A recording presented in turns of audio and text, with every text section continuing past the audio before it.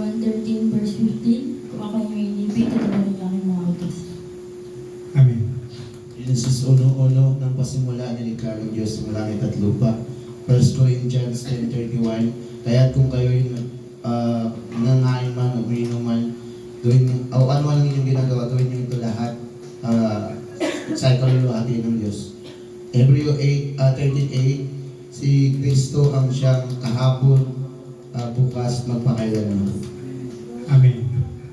Matthew 5:9, mapalad ang mga mapagpapayapa sapagkat sila'y tatawagin ng mga anak ng Diyos.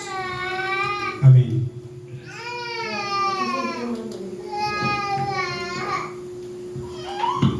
Mateo 5:8, mapalad ang mga sa puso sapagkat makikita nila ang Diyos. Amen.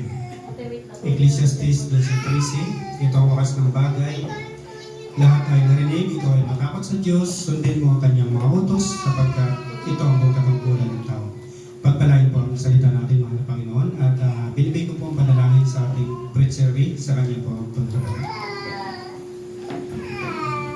Praise the Lord, glory to God. At dakilang Diyos na makapangyarihan sa lahat. Salamat Panginoon sa iyong mga salita na aming naririnig na nagpapatibay sa aming mga puso at isipan, Panginoon. Salamat, magunaw man ang mundo, pero yung salita ay manatili. Salamat po Panginoon sa umagang ito na kami po ay nandito upang marinig namin ang bawat isa sa amin na nagpapatuto sa iyong mga salita na nagbibigay kalakasan sa amin. Salamat po Panginoon, ay ito ay aking binabalik sa iyong dakilang pangalan lamang sa pangalan ni Jesus. Amen and amen. Amen. Malakas po na palakpak sa ating mga Panginoon. Praise God.